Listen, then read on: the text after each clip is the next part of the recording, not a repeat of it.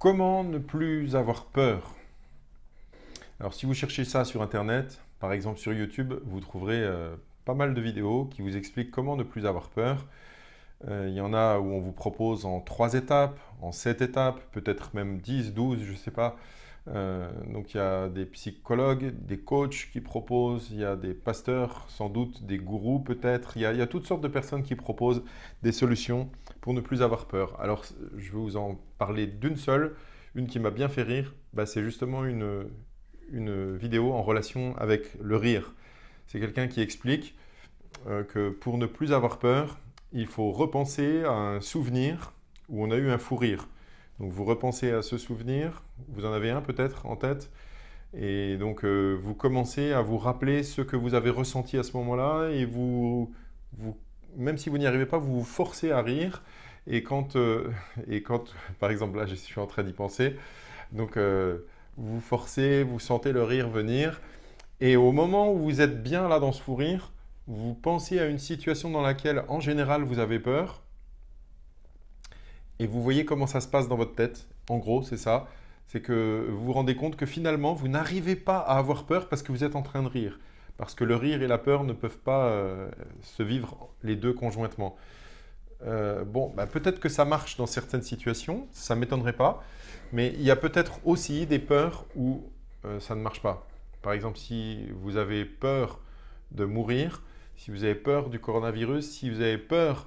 Par exemple, vous êtes en train de faire un safari, vous êtes descendu prendre des photos et là, vous êtes à 100 mètres de votre voiture et il y a un lion qui est à 3 mètres de vous derrière vous, vous retournez, vous le voyez. Je pense que vous aurez du mal à vous rappeler d'un fou rire pour que… Enfin, là, peut-être ça peut vous faire rire, ça, mais se rappeler d'un fou rire, ça va être compliqué.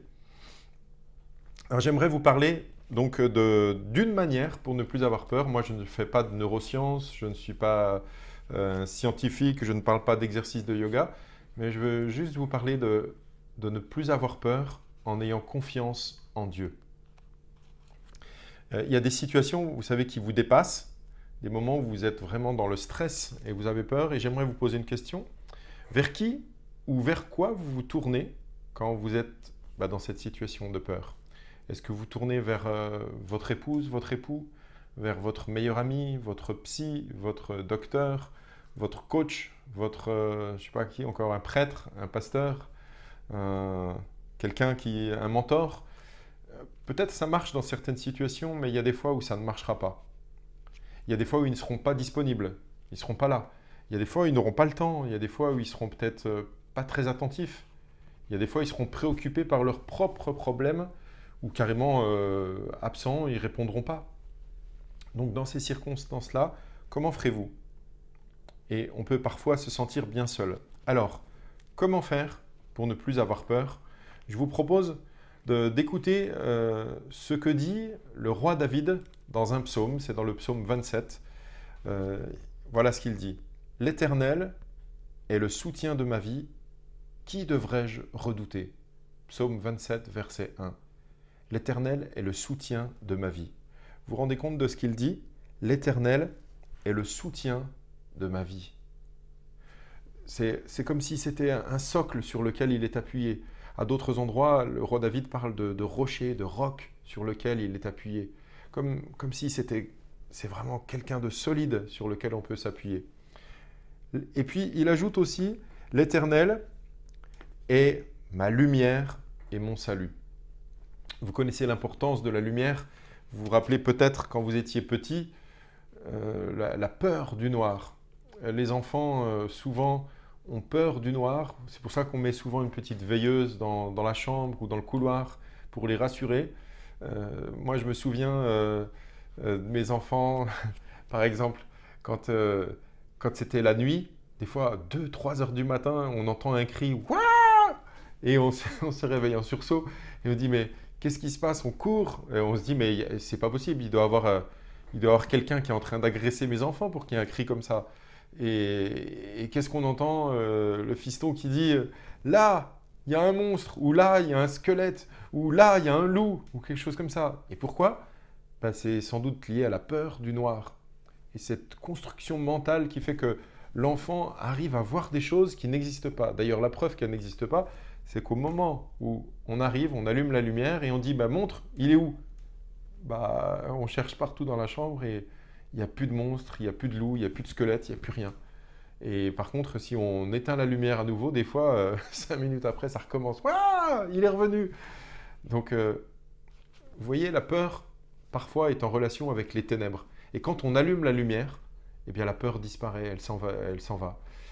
C'est important de voir dans ce psaume, David qui dit, l'Éternel est ma lumière.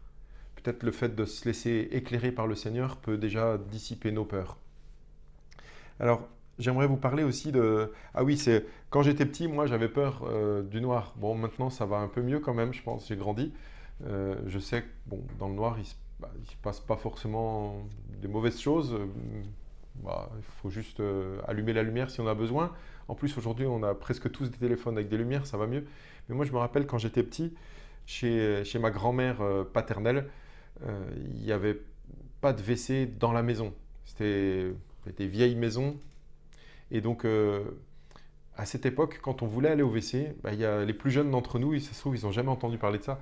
Quand on voulait aller au WC, il fallait sortir de la maison, traverser le jardin et aller tout au fond du jardin. Et là, il y avait une cabane en bois et une porte en bois. Et c'était complètement dans le noir. Il n'y avait pas de...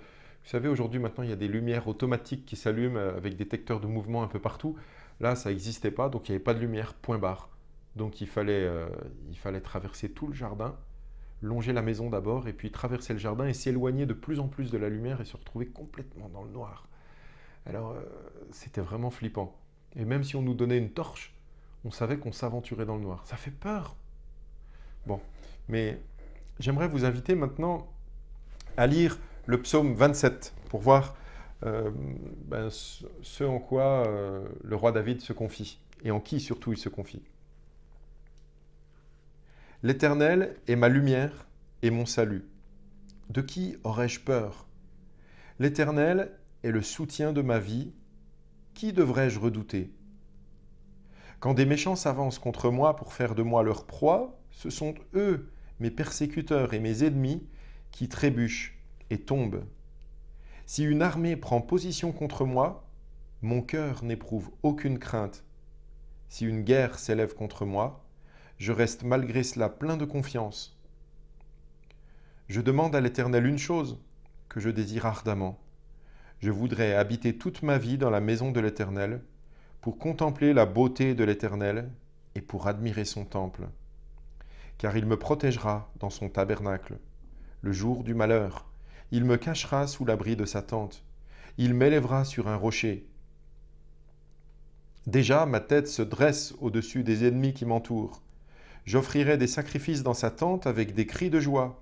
Je chanterai, je célébrerai l'Éternel. Éternel, écoute ma voix, car je fais appel à toi. Aie pitié de moi et exauce-moi. Mon cœur dit de ta part, recherchez-moi. Je te recherche, Éternel. Ne me cache pas ton visage. Ne repousse pas avec colère ton serviteur. Tu es mon secours. Ne me laisse pas, ne m'abandonne pas, Dieu de mon salut. Même si mon père et ma mère viennent à m'abandonner, l'Éternel m'accueillera. Éternel, enseigne-moi ta voie, conduis-moi dans le sentier de la droiture, à cause de mes ennemis. Ne me livre pas à la merci de mes adversaires, car de faux témoins s'attaquent à moi, des hommes qui ne respirent que la violence. Oh, si je n'étais pas sûr de voir la bonté de l'Éternel au pays des vivants. Espère en l'Éternel, fortifie-toi et que ton cœur s'affermisse. Espère en l'Éternel. Vous voyez, dans ce psaume, David est bien confronté à des difficultés, sans doute plus importantes que les nôtres. Vous voyez qu'il parle de méchants, de persécuteurs, d'ennemis. Que de difficultés il a rencontrées dans sa vie, dans son service de roi. Et puis il y a une armée autour de lui. Souvent il a été attaqué, une bataille. Et dans tout cela, il dit, je reste malgré cela plein de confiance. Plein de confiance en l'Éternel. En fait, comment ne plus avoir peur? Bon, même si c'est naturel d'avoir peur quand il y a une difficulté, quand il y a une épreuve, quand on nous annonce une mauvaise nouvelle, ou quand quand on suppose qu'il va peut-être se passer quelque chose, on peut avoir peur, donc c'est normal d'avoir ces sentiments.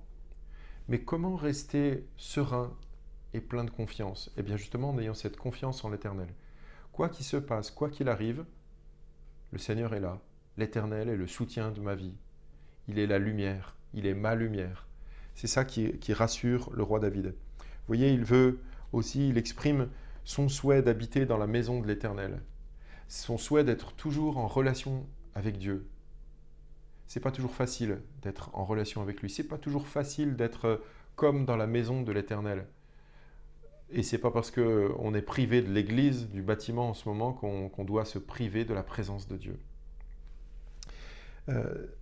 David aussi dit que le Seigneur l'élèvera sur un rocher. Encore une fois, il parle de cette assurance, de ce soutien, un rocher. Et c'est pas la première fois que David fait allusion à l'Éternel comme un rocher. Il se sent bien en sécurité sur ce rocher. Pourtant, dans ce psaume, on voit aussi que c'est pas un psaume où on voit que tout va bien dans la vie de David, que tout est normal, standard, et il vit comme on dit ce film, la vie est un long fleuve tranquille. Pour lui, là, c'est loin d'être le cas. Vous avez entendu dans ce psaume, il est parlé, écoutez ce qu'il dit, ne me cache pas ton visage. Preuve que le sentiment que ressent David parfois, c'est l'Éternel lui cache son visage, mais il demande à ce que ça ne se passe pas comme ça. Ne me cache pas ton visage. Ne repousse pas avec colère ton serviteur. Et il a dû sentir ça parfois, se sentir repoussé de Dieu. Ne me laisse pas. Ne m'abandonne pas. Ne me livre pas à la merci de mes adversaires. Toutes ces requêtes montrent que David n'a pas été toujours dans des situations très confortables. Et ça nous rappelle peut-être notre fragilité en tant qu'être humain. Si on veut, on peut regarder que les passages de la Bible où il y a des versets qui semblent montrer un côté triomphal du style je suis fort, je n'ai peur de rien, tout va bien, tout ira toujours bien, et puis je suis vainqueur. Vous pouvez trouver des tas de versets comme ça, et puis vous faire un mix, et puis vous dire, bah voilà, faire comme une playlist sur YouTube. Vous mettre que ces versets-là, et puis vous dire, bah moi je suis super bien, et je vais toujours super bien. Et je n'ai jamais peur de rien. Le titre de ma vidéo, c'est « Comment ne plus avoir peur ». En fait, je vais peut-être vous décevoir, j'ai peur d'ailleurs de vous décevoir. Ne plus jamais avoir peur, c'est vraiment compliqué. Ça arrivera de temps en temps. Et c'est normal. Mais quand on a peur, on peut se rapprocher de Dieu. Et relire ce genre de psaume peut nous faire du bien. Et regardez la conclusion de ce psaume. J'arrive à la conclusion, donc, le verset 14. « Espère en l'Éternel ». Et on va s'intéresser à ce passage. « Espère en l'Éternel. Fortifie-toi et que ton cœur s'affermisse. Espère en l'Éternel. » Sur la phrase « fortifie-toi et prends courage », je ne sais pas si vous êtes habitué de la lecture de la Bible, mais vous avez peut-être remarqué, c'est le genre de phrase qui a été utilisé par Dieu à plusieurs reprises pour encourager ses serviteurs. Par exemple, pour encourager Josué, Dieu et Moïse ont utilisé ce genre de phrase. Quand Josué devait aller conquérir le pays de Canaan, alors la parole que Moïse a donnée à Josué, c'est justement « fortifie-toi et prends courage ». C'était avant de partir et d'agir, il fallait prendre de la confiance, il fallait se fortifier. Prends courage, fortifie-toi. Ce sont des mots de préparation avant l'action. Et bien souvent, nous voulons passer à l'action avant de nous préparer. Et nous voulons agir seuls. Quand on a peur, par exemple, au lieu de se confier en Dieu, on pense tout de suite à qu'est-ce que je vais faire pour pouvoir régler ce problème-là. Et c'est un travers que vous connaissez peut-être dans la Bible, dans le premier livre de Samuel, au chapitre 13. Pour ceux qui fréquentent notre église, j'en avais parlé, je ne sais plus, au mois de janvier peut-être. C'est le roi Saül, le premier roi d'Israël, qui devait attendre Samuel le prophète, Samuel lui avait dit « Attends 7 jours et je viendrai pour offrir un sacrifice avant que vous alliez à la bataille contre les Philistins. » Il devait juste attendre 7 jours. Et en fait, Saül a obéi. Il a attendu 7 jours. Mais attendre 7 jours pour que Samuel vienne et offre un sacrifice à Dieu pour demander sa bénédiction. Et Saül, lui, il a attendu 7 jours et comme il n'a pas vu Samuel au moment où il a eu envie, il a eu peur que les gens de son peuple, les Israélites, fuient et aient peur des Philistins. Alors il s'est dit, bon allez, il s'est fait violence, il a offert les sacrifices lui-même. Et juste après, Samuel est arrivé et lui a dit, ce que tu as fait, c'est insensé. Je t'avais dit d'attendre 7 jours, tu as désobéi. Donc parfois on a envie d'agir très vite. Pourtant, Saül aurait dû se confier en Dieu, attendre, reconnaître la parole qu'il avait reçue et l'accepter. Espère en l'Éternel. Fortifie-toi et que ton cœur s'affermisse. Espère en l'Éternel. Je note une chose, c'est que dans notre version en français, c'est marqué « Espère en l'Éternel ». Alors espérer, ça veut dire ça veut dire quoi pour vous, espérer? Espérer. Ça veut dire qu'on veut quelque chose, on ne l'a pas encore, mais on espère qu'on va l'avoir. Et donc, comme on espère qu'on va l'avoir, ça veut dire qu'il va falloir attendre. On ne l'a pas forcément tout de suite. Et dans une traduction en anglais, j'ai trouvé que c'est dit « wait ». Alors, je ne sais plus, c'est « wait on the Lord » ou bon, les anglophones me corrigeront peut-être. Mais enfin, c'est ce verbe « wait » qui veut dire « attendre ». C'est attendre le Seigneur. Espérer dans l'Éternel, comme il est dit là, espère en l'Éternel, c'est attendre le Seigneur. Quand tout va mal dans ta vie, quand tu souffres, quand tu te poses des questions, quand tu as peur, espère en l'Éternel, attends l'Éternel. Vois ce que l'Éternel peut faire pour toi. Alors, c'est vrai, dans nos vies, on traversera tous des moments plus ou moins difficiles. Il y aura des moments de solitude, des moments de séparation, des moments de deuil, de douleur. Eh bien, comment ne plus avoir peur, comment traverser ces épreuves, alors que parfois on va être seul pour traverser tout ça? Eh bien, espérons dans le Seigneur. Gardons confiance en lui. Et je vous encourage à faire comme le roi David le dit ici. Il dit « L'Éternel est ma lumière et mon salut, de qui aurais-je peur? L'Éternel est le soutien de ma vie, qui devrais-je redouter ?» Et je pense qu'on pourrait ajouter « Que devrais-je redouter ?» Pour ne plus avoir peur, si c'est possible, espère en l'Éternel. Confie-toi en lui. Reconnais qu'il est ton rocher. Reconnais qu'il est le soutien de ta vie. Et s'il n'était pas encore le soutien de ta vie, eh bien je t'invite à bien réfléchir et à voir comment il faut faire pour que l'Éternel soit le soutien de ta vie. Dans le Nouveau Testament, on voit Jésus qui invite sans cesse à croire en lui, à croire en Dieu et à croire en lui. Par exemple, il dit, si quelqu'un a le Fils, il a la vie.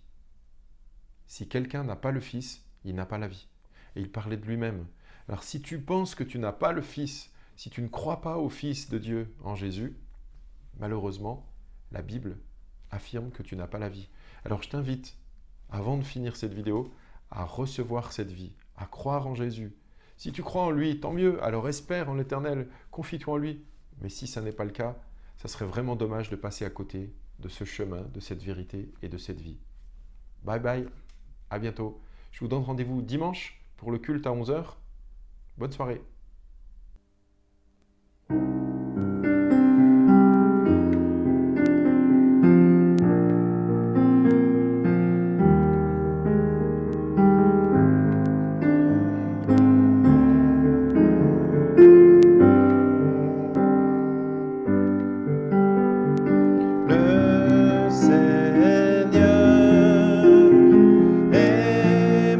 Lumière et mon salut.